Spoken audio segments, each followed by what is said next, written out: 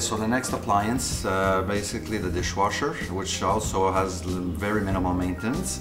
It's more in question of what to use as far as product goes to run the appliance.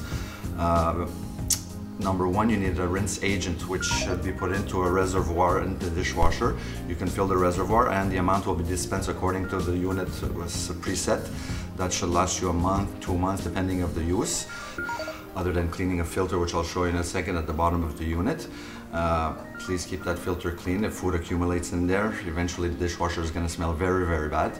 And that's not fun to deal with. Also, a good soap is required. Powdered products for the dishwasher, tablets, which I use at home, which are really, really good. If the dishes are not so dirty or you don't have that many dishes, maybe cut them in half. Water-soluble packaging, which makes it easy to deal with.